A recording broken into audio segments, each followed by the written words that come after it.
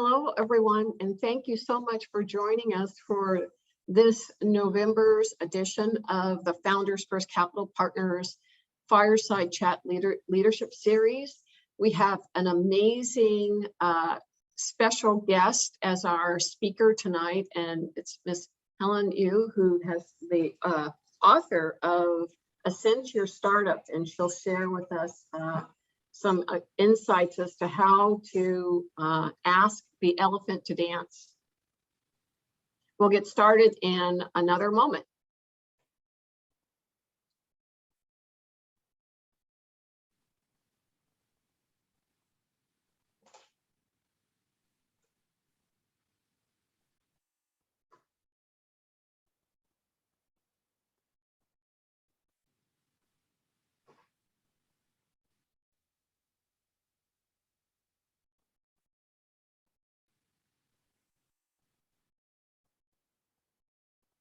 Hello, everyone, and thank you so much for joining us for the November edition of the Founders First Capital Partners Fireside Chat Leadership Series. I'm your host, Kim Folsom, and we have an amazing special guest as our featured speaker tonight, Helen Yu, who is the author of Ascend Your Startup. And we're going to go ahead and get started with tonight's program. So for some of you, this may be your first time. This happens as a result of a collective effort. For those of you who are new to Founders First, we are the leading provider of funding and advisory support services for businesses led by diverse founders. And our program is supported by National University System, as well as our program partners are the small business development centers, and also our sponsoring bank partners are U.S. Bank, Pacific Western Bank, Union Bank, and Wells Fargo. I'd like to take this opportunity to introduce myself for, again, those folks that this may be their first time attending. I am the founder and chairperson and CEO of Founders First Capital Partners. We are the largest revenue-based investor and advisory support for diverse founder-led businesses that strive to be major job creators, as well as I'm the founder of Founders First CDC, which is the largest growth-focused accelerator for diverse-led businesses, and teaching them the know-how, resources, and connections to create premium wage jobs. And prior to starting Founders First over 6 years ago in 2015, as a serial tech entrepreneur, and founded, grew 6 startups over 25 years, exited 3, and amazingly to say that I've raised over 150 million in committed capital. And I will share with you, introduce our special guest, and that is Miss Helen Yu, but I would like to share with you a bit more about her background. Helen is the founder and CEO of Tygon Advisory and a Wall Street Journal best-selling author. She drives growth for tech companies from startups to global titans as Oracle, Adobe, and helps CEOs achieve multi-million-dollar revenue growth and record profitability. She's a board advisor to fast growth SaaS companies and serves on the board of the Global Cybersecurity Association. She's a top Twitter influencer with over 10 million weekly reach and is ranked amongst the top thought leader by Thinkers 360, top 50 women in tech awarded magazine, and top 10 digital transformation influencer by IBM. She has spoken at South by Southwest, TICOM, DMS, and Money 2020. She's an avid adventurer who trekked Mount Everest. And again, if you read her publication, her book, Ascend Your Startup, you'll see that there's a correlation between trekking up one of those amazing mountains like Mount Everest and ascending your startup. But I recently had the pleasure of reading her book, and oh my gosh, as someone who's had the aspirations of growing several unicorn companies, as well as guiding and coaching people who want to grow Zebra and Clydesdale companies, this is the book that you must read. Her book, Ascent Your Startup, Conquer the 5 Disconnects to Accelerate Growth, won first place of the New York Book Festival and the Firebird Award, in addition to achieving Wall Street Journal bestseller. She is the host of CXO Spice Talks podcast, and it's named the top 70 podcasts for thought leaders that you should listen to for 2022. And with that, I'd like to welcome Helen to our webinar today. Thank you, Kim, for such a warm introduction. I'm delighted to be here, and it's such an honor to be able to have this opportunity to meet you and the rest of the team members or audience here. Well, great. And before we get started, a couple things. We're going to send out a survey that we're going to ask you to complete, because in addition to hearing the amazing insights and secrets from Helen, we're also going to give 5 people an opportunity to win her book. So please take a moment to complete this poll that's just appeared on the screen, and it's asking you to give your feedback as to which key topics that we're going to cover. Tonight, we're going to be talking about engaging and contracting with large customers, acquiring larger, more profitable contracts, and growing your business with additional revenue streams. So please take a moment to complete the survey, and then we're going to jump into tonight's presentation.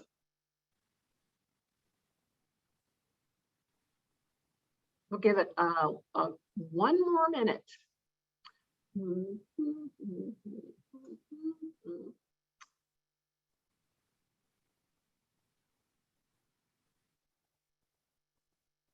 Again, take this opportunity to complete the survey, and you'll be able to be considered to win one of 5 editions of an autographed copy of Helen's book, Ascent Your Startup.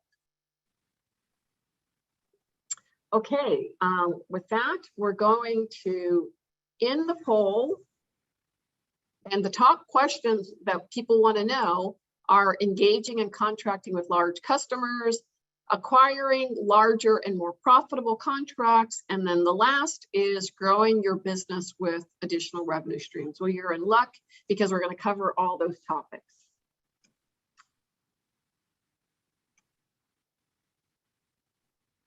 Couple, if you can go back to that last slide, a couple more things that I want you to know about Helen. At Marketo, she helped the professional services revenue grow from $500,000 to $14 million, with ARR, that's annual recurring revenue, from $5 million to $155 million within 3 years. At Adobe, she drove revenue from $15 million to $65 million in 2.5 years. At Oracle, she contributed to over $50 million in license sales in 1 year and grew that license pipeline over 30% with 20% year-over-year growth. As an advisor to startup Jebit, she helped them be named to the top 25 most promising companies in the world by CNBC. It doubled its 2018 revenue from the prior 2 years combined. As an advisor to conversational AI innovator Pipestream, it's achieved 60% year-over-year growth, even during the pandemic. Some other accomplishments, as I mentioned, she trekked up Mount Everest to base camp. She's the vice chair of board of directors of the Cybersecurity Association. And she comes with some really strong credentials as well. She has an MBA in finance from Loyola University of Chicago and a BS from Cornell University. and a cybersecurity certification from MIT Sloan. So this is a badass woman that's well equipped to help us get to some key things we're looking to talk about today. Next slide, please. As shared, we're going to cover a few things. One is insights for startups on how to engage and contract with large businesses, as by the title, how to ask an elephant to dance. Helen's going to share tips that she used to grow additional revenue streams from those contracts, and then strategies that were related to acquiring larger and more profitable contracts. And so let's get into our discussions.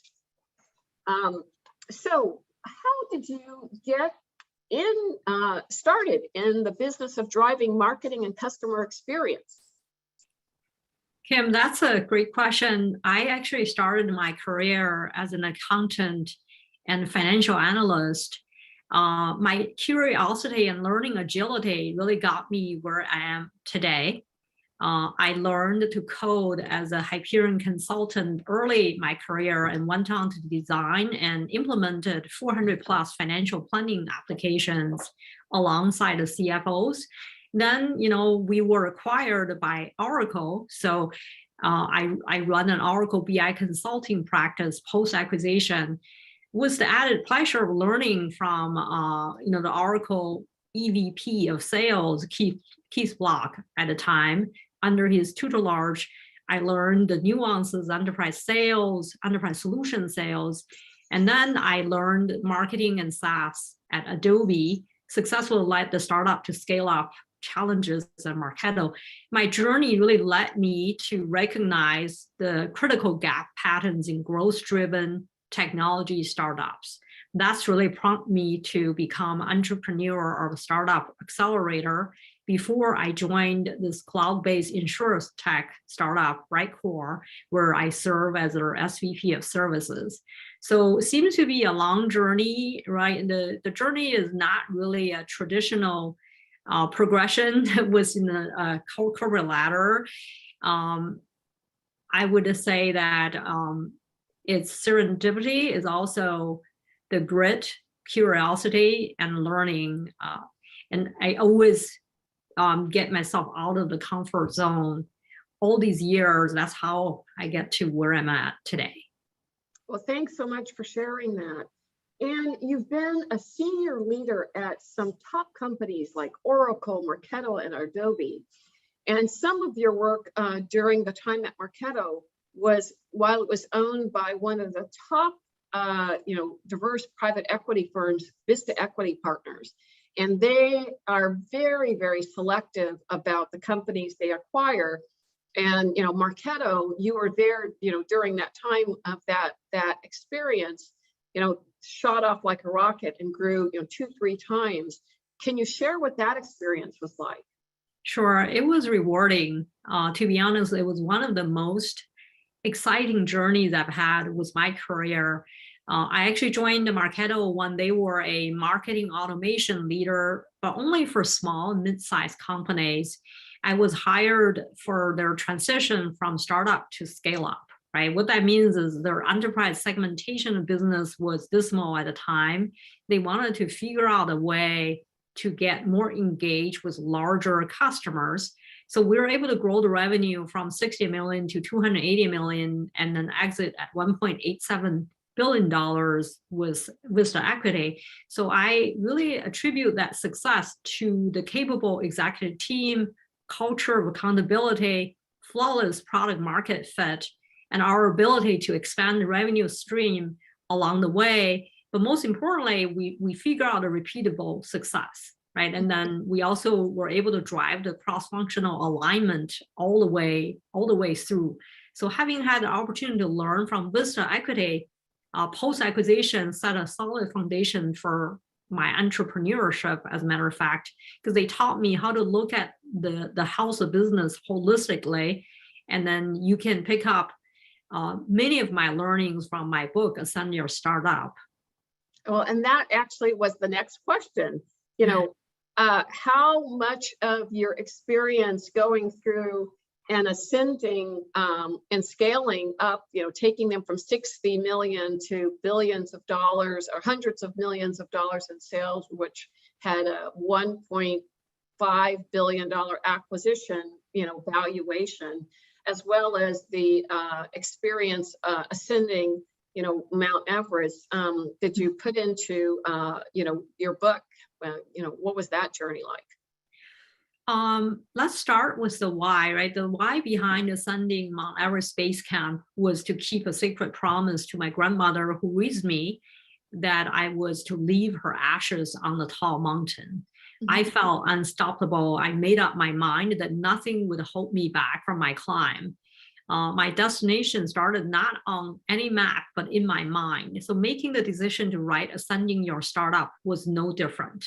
I felt it was another way to honor the grit and resilience grandma taught growing up, and honor the grit and resilience it takes to scale a startup. In my book, I did mention about the disconnects, right? That's where when we say disconnects, these are the blind spots prevent startups from scaling.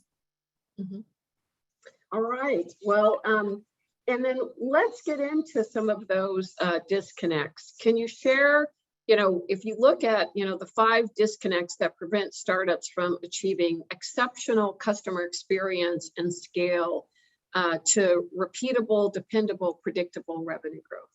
Can you share some insights? Sure. I mean, as a startup going through the stages of growth, right, you think about moving from an idea to product to market to scale.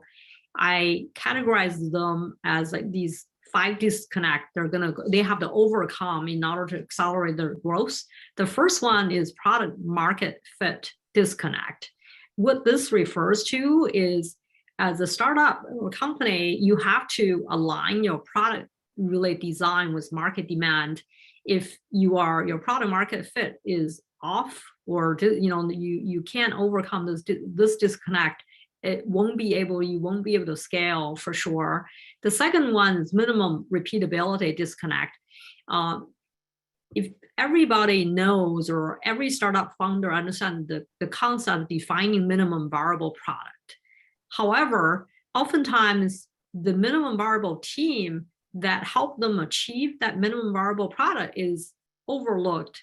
Most importantly, the minimum viable repeatability oftentimes is missing. That's why 90% of startups fail, because they figure out a minimum viable product. They don't have a minimum viable team.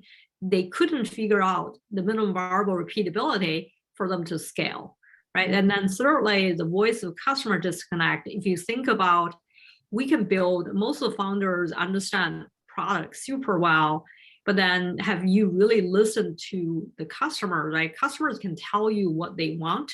You've got to create an active listening path to listen. Then also hire someone who knows what to listen for, and then how do you really adjust or adapt your strategy and execution based on what you heard from your customer. And then the fourth disconnect is process disconnect. These are the steps you take to systemize the success, right? You can have the success, if you are small with 5 people, but once you have 500 people, you have to systematize your success in order to really have the repeatable success. Lastly is the measurement disconnect. We have to, if you want to create a culture of accountability, you have to be able to measure the performance by function, right? Making sure that not only there's functional metrics, but there should be a unified, consistent success being defined across your company, so people understand how they're being measured and how they can contribute to the overall customers, the company's success. So those 5 disconnect, you cannot overlook a single one of them. That's how if you want to accelerate the growth, you have to make sure you overcome each one of the disconnect. Yes, I mean, I found as a serial tech entrepreneur, and there's always, especially if you are institutional back, there's always this perspective when you get to a certain point, you're going to go from product market fit to scale. but there has to be the whole, pieces that you talk about with regards to repeatability, and many times what got you to the product market, either your minimum value of product may not get you to the exceptional experience that you want. You may have to replace teams and those types of things. And the same has to do with making certain that you have, enough connection to the voice of your customer to make that work. Exactly. You're right on. I mean, I think building a company is more like climbing a mountain. You need to hire. I had to hire a Sherpa because I never climbed a mountain before heading out for the Mount Everest Base Camp.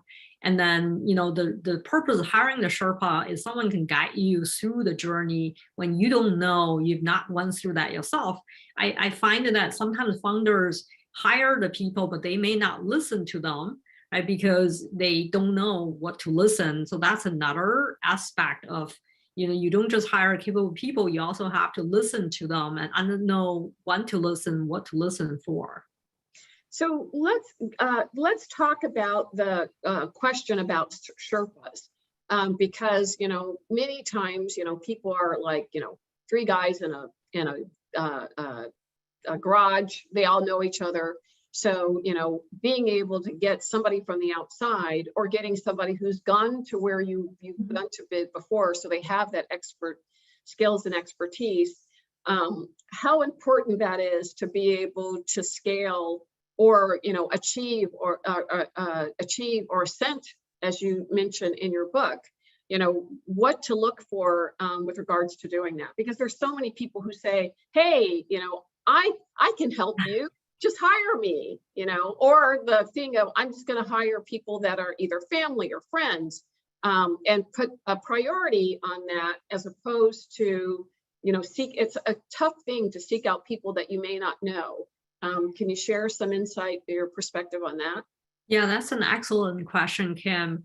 The hardest part for founders is to really do the due diligence on the people they hire, right? What I find that it's not about if the person was the right fit, it's about the lack understanding of the goals and objectives that the founder really had at the moment of the time when they need to hire someone.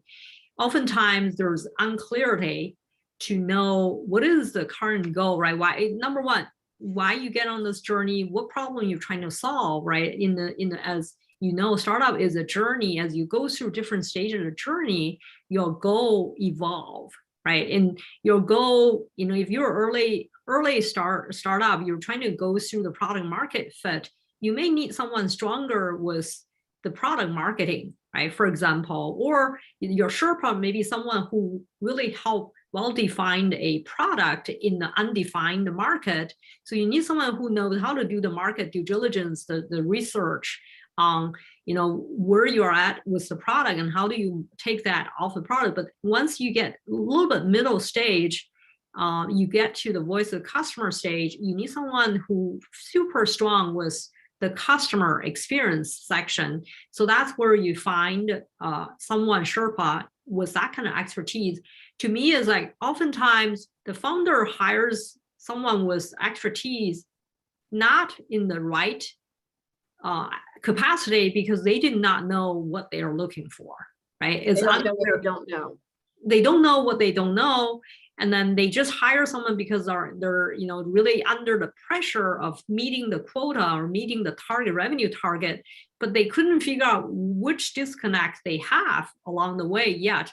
So if I were them, I would take the time, don't just look at the resource of the candidate on the paper, right? Look at their track record, look at what they've done in the past, and talk to the company they work with. And then really, if you put in those time to do due diligence, truly understand where you want to go as a company, where, who do you have on the team today? And then what kind of skill set is missing in order for you to achieve that goal?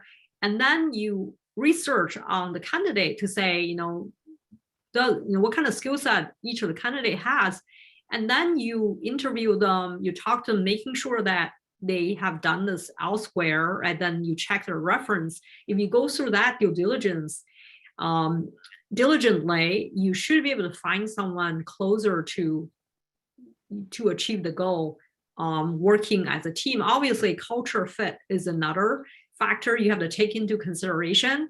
If you have all the type A personality on your team, because you as a founder, you needed people with complementary skill set.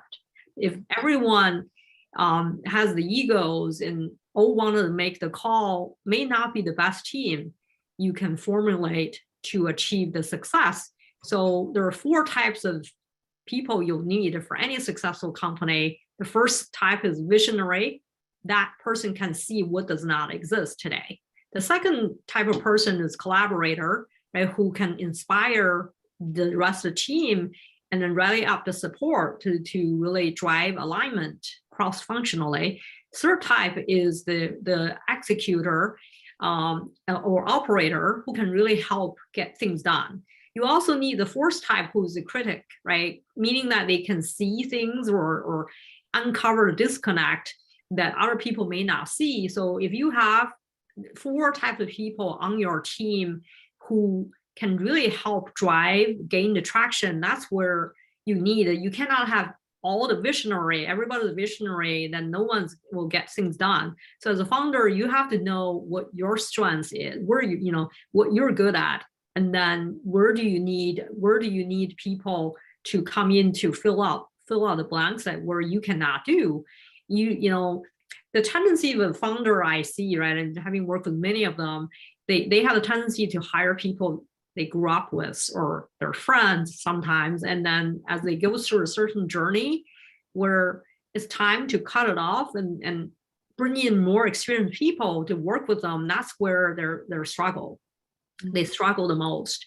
Right? I also see other founders, they recruit the board members. Oftentimes they add the people based on investors' recommendation. They don't have a choice, right? Investors always want to add people, but this is where you want to add the people who can truly add value to your business. If I were them, I would add independent board member who can really add value to their business rather than just someone from investors, because investors oftentimes they don't necessarily have the operating experience. They cannot give you the advice on operating procedures, right? Where, I see some other companies I work with super, they accelerate their growth much faster because of the experienced team they have. This is back to they have more inclusive team with different backgrounds, especially when your target customer audience are more diverse. And then you should have a board of director or a team of executive with more inclusive background rather than all similar background or growing up together as friends. So that's where it can prevent them from being successful in the longer term. Very insightful. Well, I'd like to switch gears and talk about asking the elephant to dance. When you talked about your experience at Marketo, where you guys went from calling on a lot of small companies to calling on the big, Fortune 5 and global companies, especially if you're a smaller company. Marketo, while, they may think that they were small, but, I looked at the people that are in our audience. We've got a number of companies that are, much, much smaller. How do you get their attention? And it's not, there's not like a one answer fits all, but I'm certain with your, great success that, when we began talking, 3-4 months ago about, the different strategies to get noticed, and depending on where you are, it's a different technique. Would love to get, let's start with that. How do you engage them so you can contract them? Yeah. I love this question because this is really interesting and important, right, for us to talk about.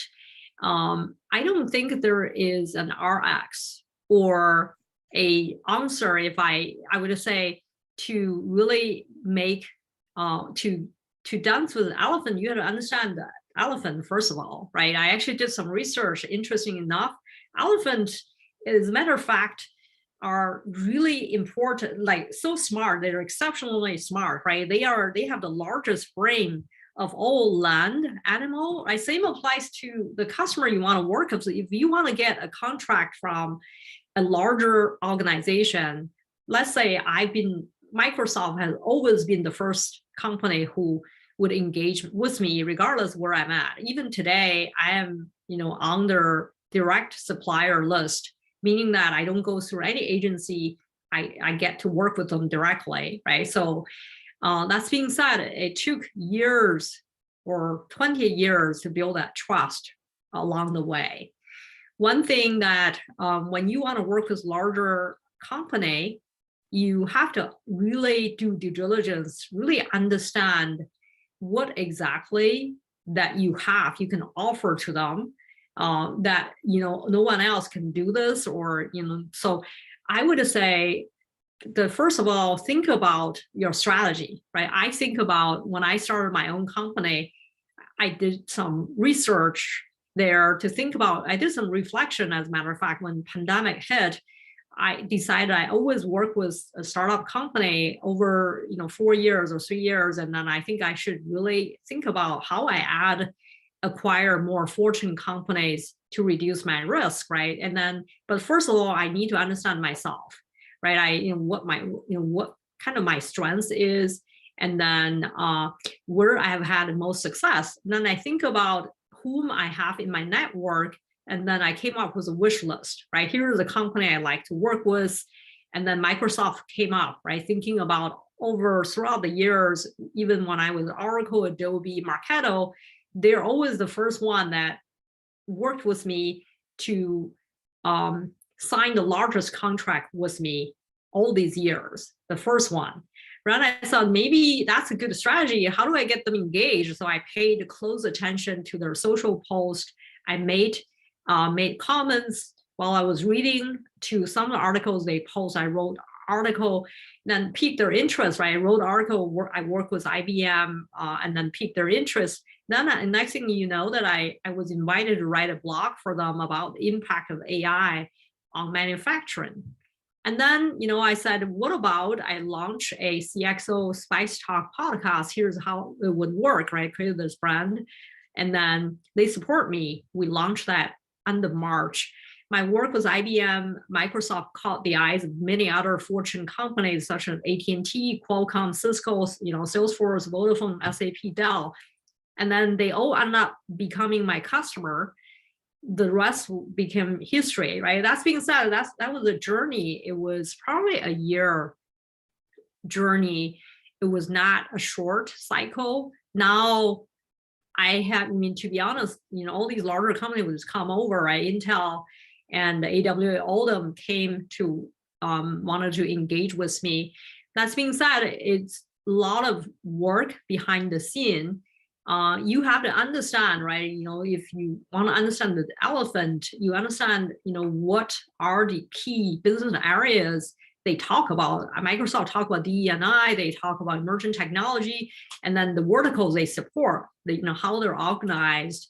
And then, I always pay attention to some of the key executives. You follow some of the executives there, and then I can talk about what their CEO recently said or posted, right? So those are the things. It looks very small, but they add up. And same with IBM. I've been working with them on engaging on AI topic. So I get to really learn about what are the things that it's important to them, their brand, and then what are the evolution, right? They went through recently with the newly structured organization.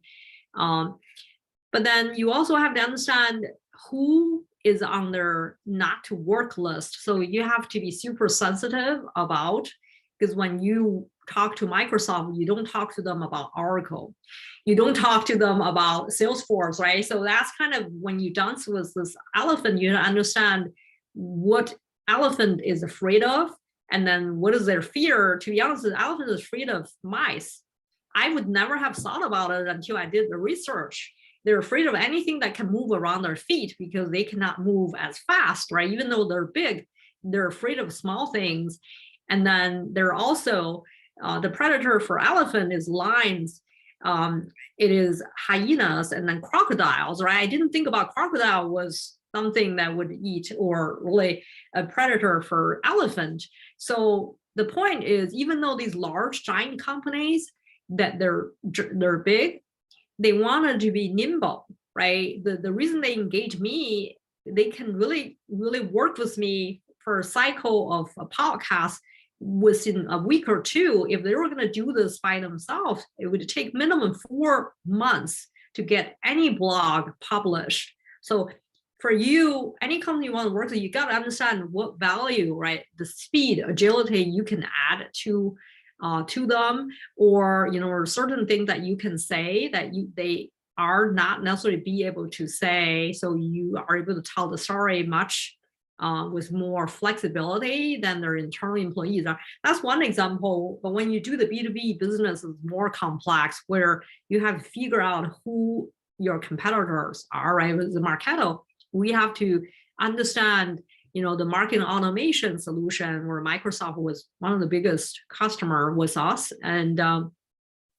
same with Adobe. When I was at Adobe won't exist without Microsoft support, right? I won't disclose the kind of the investment they made, but then as they were pivoting from the creative suite leader to digital marketing leader, Microsoft was out there supporting them. They became the first customer who would invest in their vision when the product was not even there yet, right? But we were able to take Microsoft feedback to build the product on the fly.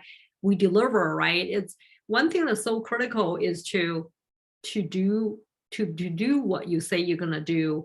That trust is a license to do business with, right? And that's so critical. That's what IBM CEO said, which resonated with me so greatly, where once you build that trust, right, you can always go back to do business with these large customers again, but you can never, if you don't deliver, you lose that one opportunity, that means you lose them all. It's difficult to overcome that barrier if you do not deliver the first time. So thank you so much for sharing that insight. And there were so many pieces there, but just to kind of, package that first and foremost, start with intentionally identify who, and you have to first, before you can identify who, you need to know what you're good at, what you're great at, what you've accomplished, what you're strong at, and not just what you think you're good at, who your prior customers think you're good at. So to think that you may be dancing with an elephant, today is Monday and you may be doing this by Friday, is not realistic. That you first got to know what dances you're good at, and then next go through and understand what type of music, what type of ambiance, what type of location, and all of those things. And who, when you think of, that you're not just dancing with an individual, you have to think of it's a group, and who are the group that are dancing. And then next, you've got to be able to put before you ask them to dance, you've got to, do some courting, if you will, by connecting with them, following what their interest is, starting a dialogue. Also, if you have connections, being able to use those connections to make introductions to some of those people. This is the thing where, people talk about accelerators, why do I need to go through them? Those connections can be helpful to help you either use those accelerators, conferences, that's a way to connect with them so that you can begin that dialogue. But you've got to, start building that exchange of having them understand that there's some value, because there has to be a value exchange there. And once they see that there's something of interest, and their interest has to be things that are priorities to them, as you talked about, that you can either help them get there quicker, faster, and that you demonstrate that you do what you say you're going to do. And these can be little things, like if you say you're going to send them an email or send them a piece of information or following on about something, that you do that on time or early, and not think, oh, well, it really doesn't matter. But it takes time. And if you don't have those relationships, it may take a year or so or more.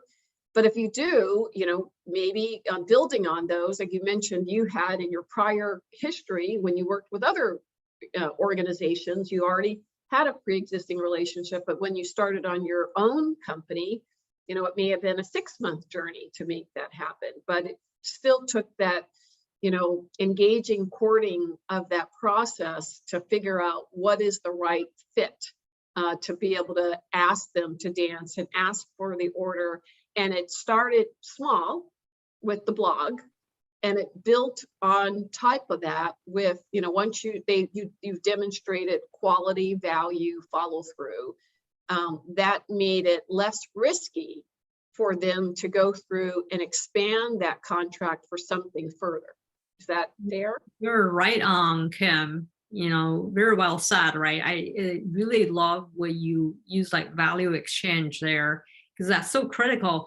Also, if you trying to dance with elephant, you cannot dance with them yet, but you need to understand who they danced with in the past. And then if you might know their dancing partners, even though you may not have direct access to the elephant.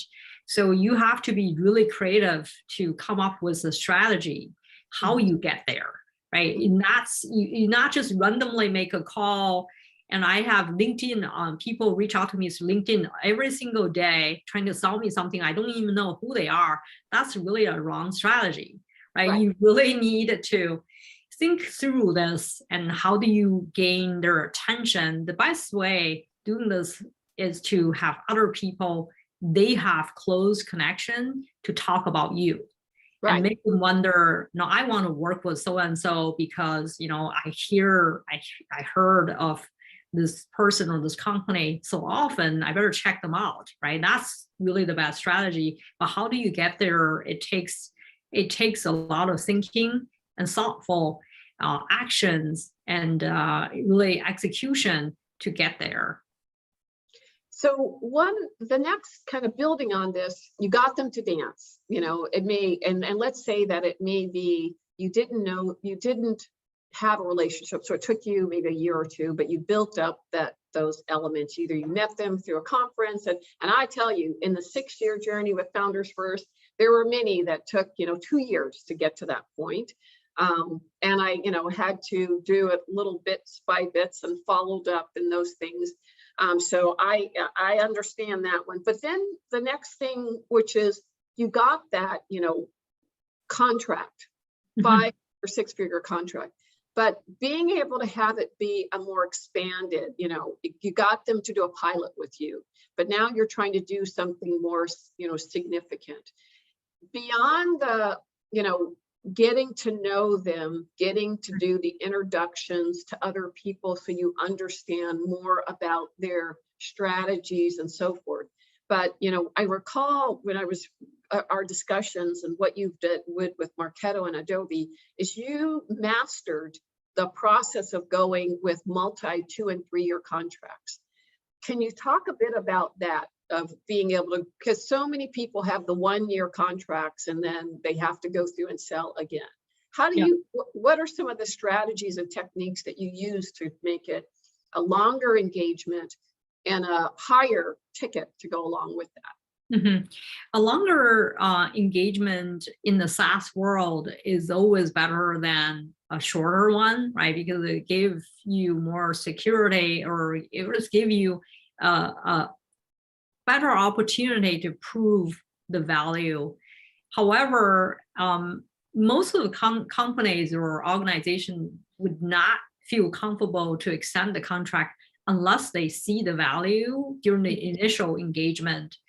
The way I work with these companies, regardless of my company or other SaaS company I work with, is always make sure that you understand what kind of business outcome these companies trying to achieve, right? That's the first question. And then in order to achieve that business outcome, what kind of capability they really need to achieve that. And then you also have to think about how they measure the success. What is their success criteria? So these are the 3 questions you ask. Regardless what company business you're building, the business outcome, capability, and metrics. Mhm. And then, what you need to come up with is, here's a business outcome they wanted to really generate. You could ask yourself, where have you done this before, right? And then you get that story line in your mind, and then you wanted to make sure you show them to say, I've done this, here's how I've done this elsewhere. And you can talk to them as a proof point, right? I mean, I would say if you want to really achieve this is not a 1-year effort. This is a 2 to 3 year. You lay out the roadmap for them.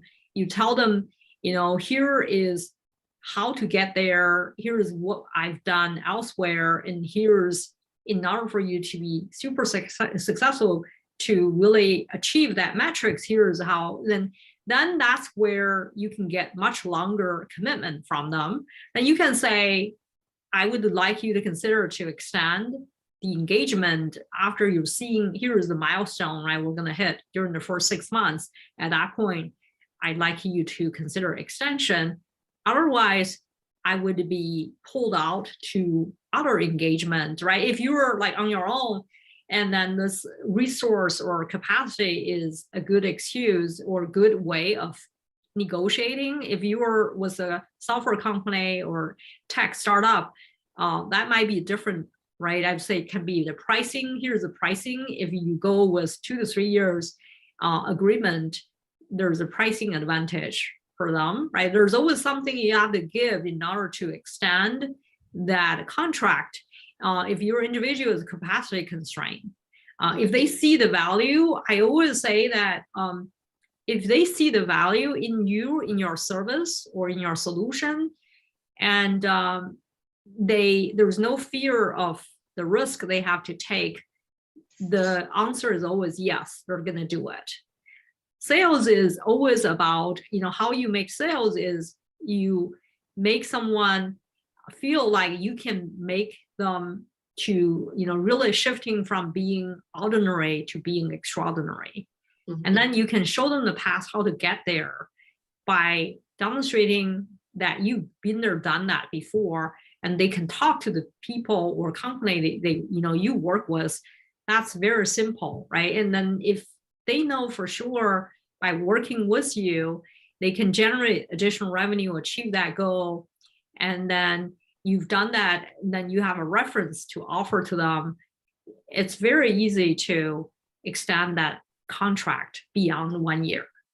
Yeah, I mean, I think the great points, but just, I'm as a high growth company, I'm taking this in and just how applying that you first got to make certain that you truly understand what success looks like for them. And it's beyond just the qualitative, it's quantitative. There's a timeline associated for it, and understand not just what success looks like, why it's important to them, and why haven't they done it before, mm-hmm. and why it's so critical for them to do, and that it's not a nice to have, it's like super mission critical for them to do this, and that you go through and demonstrate you've done this before. So you're not just going to go through and say, take a leap of faith, I can do it just based on I said I could do it, but you can demonstrate I've done it for somebody else.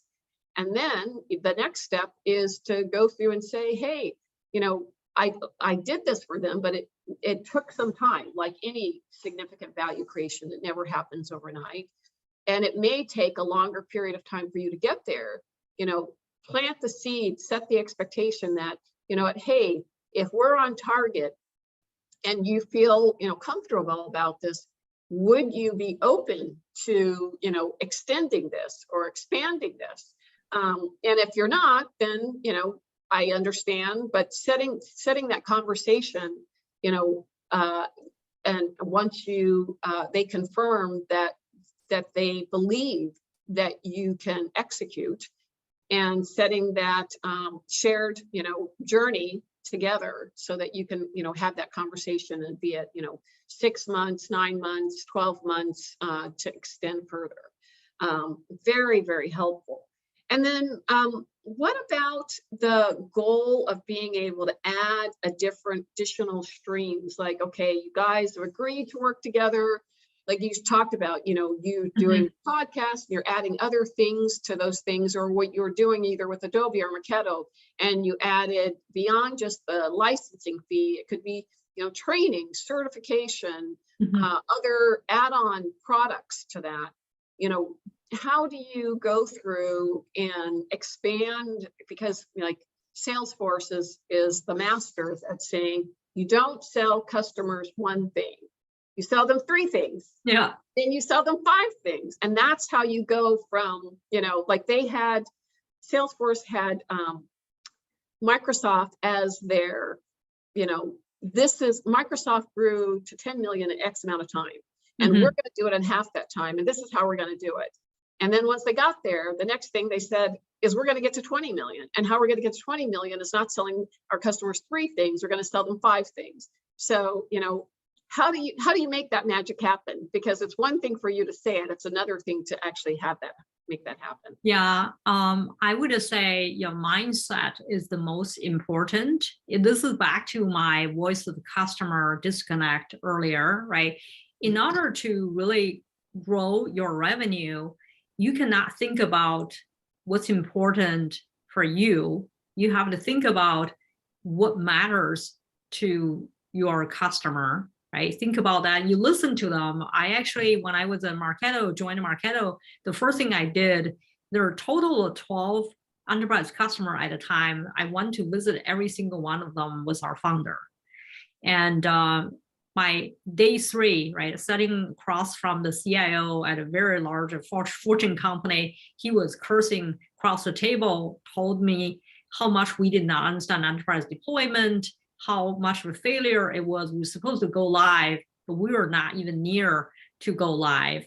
And so I sat there, I took some notes. I said, Eric, point is well taken. This is my day 3. I need you to give me 3 more months to course correct and get this back on track.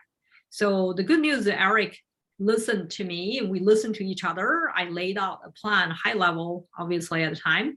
And then we were able to turn things around in 3 months time frame.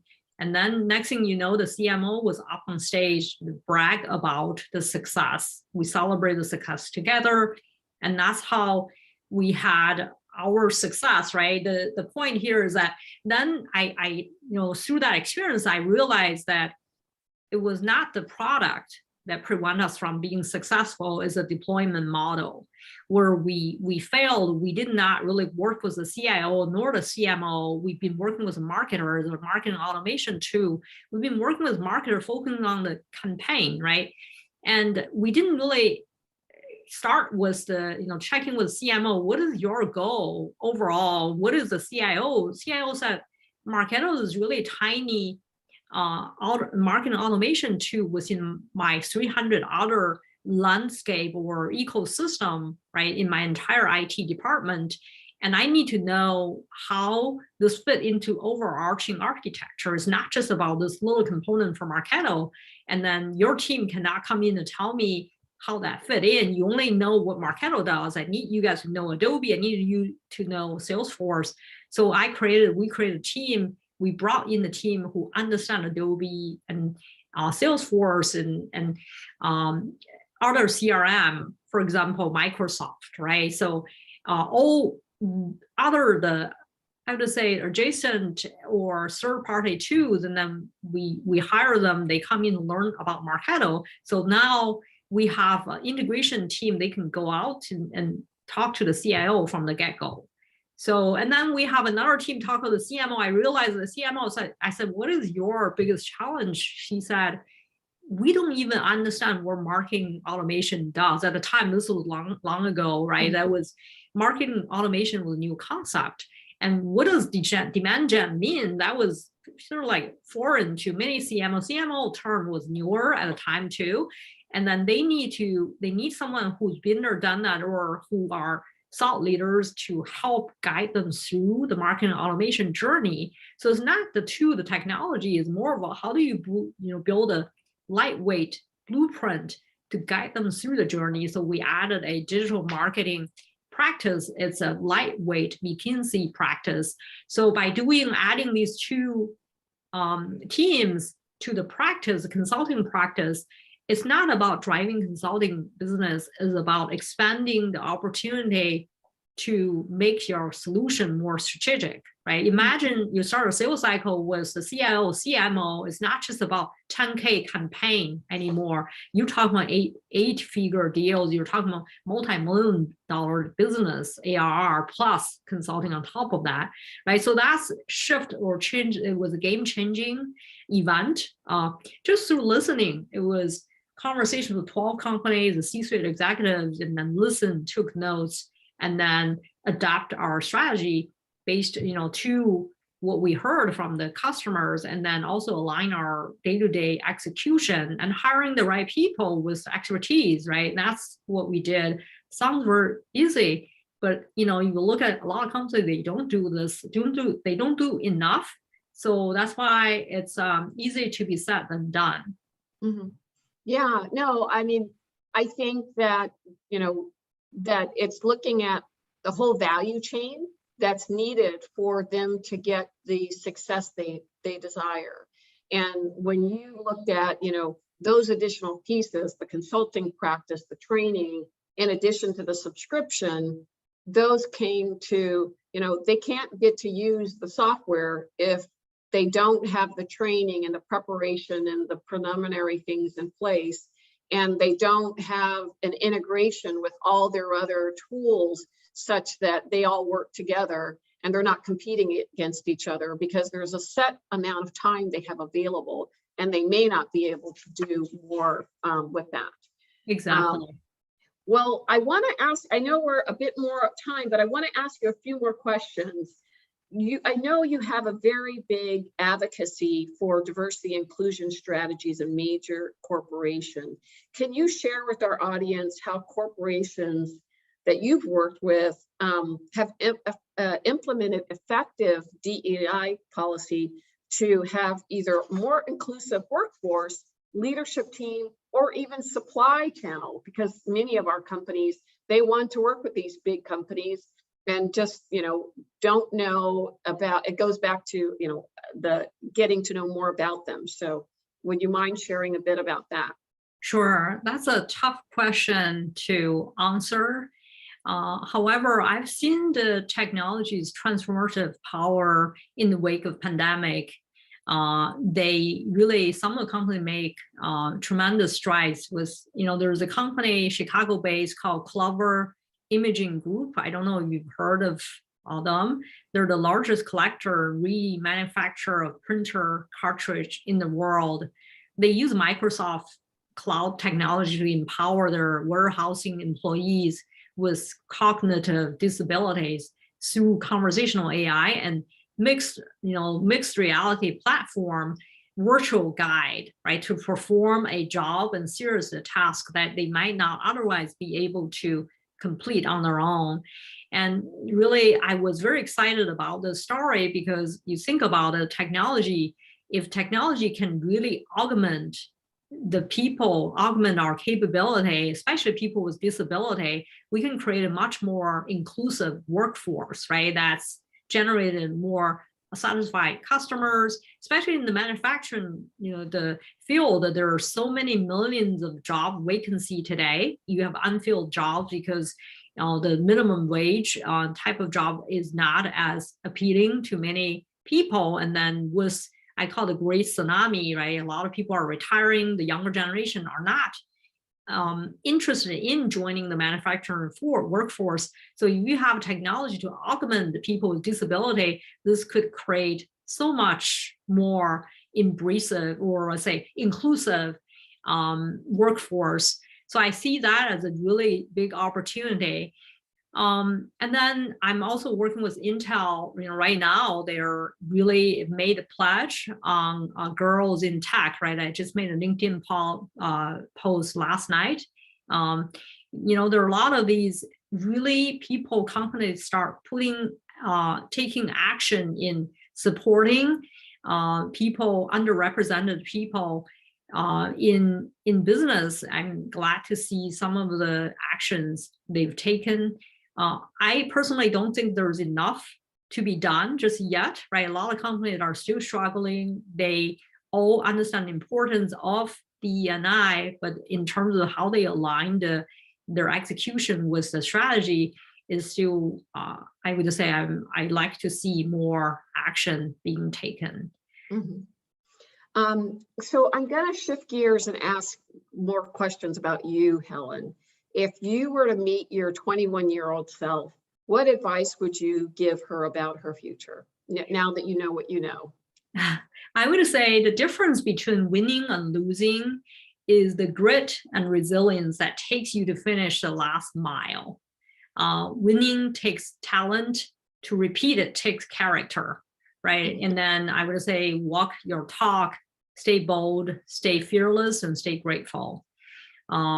I assume you read my book, right? When I was climbing, yeah, thank you. When I was climbing Mount Everest base camp, I was at a moment where I lost all the partners who went with me. I was, right before a mile away from, reaching that flagpole. But at the time, I did not know it was only a mile away. It was getting dark. I had to make exact decision on if I'm going to press on or return back. So among 200 people who head out that day, only 3 people made it to that flagpole because most of them reversed, right? They decide to go back and, because they're not sure how far away. I bet you if they knew it's only a mile away from that flagpole, probably more than half people will continue to press on and to really achieve that goal. The hard part for us, and every one of us, when we get ourselves out of the comfort zone, when you're on the journey, the start journey is very lonely, right? You don't necessarily see how far along you are. And oftentimes the most difficult time is when you're so close to the finish line, but you don't know it, right? And that's where, if I were going to tell the 21-year-old of me, there are many times that I don't think, I ever give up, but I would have press on or even take a little bit more risk when I was younger. Yeah, I would say that to the 21-year-old Kim Folsom is that, if you can, I may not be the smartest person, but I'm the hardest working, and perseverance is my number one skill. What do you do for fun? I've always loved outdoor activity. Hiking is on top of list pre-pandemic. I used to travel around the world, and but since COVID, I actually enjoyed reading. I read, write, and I do my podcast on a regular basis. And I love cooking, hosting parties. Now we cannot do much of parties, but it's more of talking to friends. That's what I do. It's hard, or speak at conferences, obviously. And I also communities and services are so critical for me, right? And I spend my spare time mentoring, coaching upcoming leaders. I also really make sure I take action in supporting underrepresented communities. Well, thank you so much for taking the time to join us. Helen is such a sought after speaker and expert in what she does, and giving us this time this evening has been phenomenal. One last question. Is there any advice or perspective that you want to share with our audience that I may not have asked about? Yeah, I would say summiting the mountain is not the end of the journey, right? Really coming down safely with your entire team and celebrating that accomplishment is where we all want to be in the end.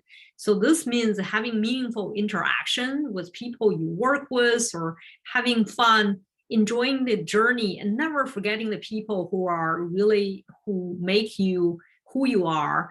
And that's so critical. I always say, spend some time with family and loved ones, because YOLO, you only live once.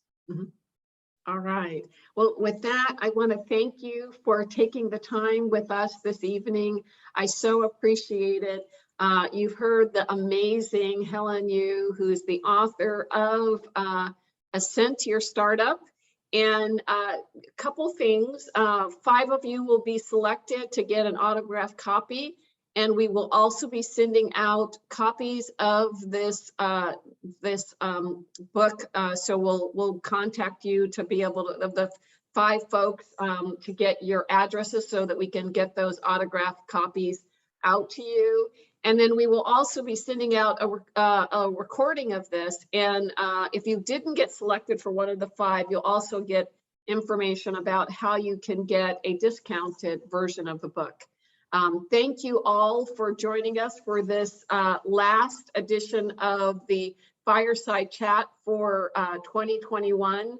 This has been a hell of a year, and thank you again, and have a great holiday season. Thank you for having me, Kim. Such a pleasure being here tonight, and have a nice evening, all of you. I hope I have an opportunity to connect with you outside of this chat. All right. Well, thanks. And I wish you continued success, Helen. You're an amazing, amazing leader. Likewise, Kim. Thank you. Good night. Good night.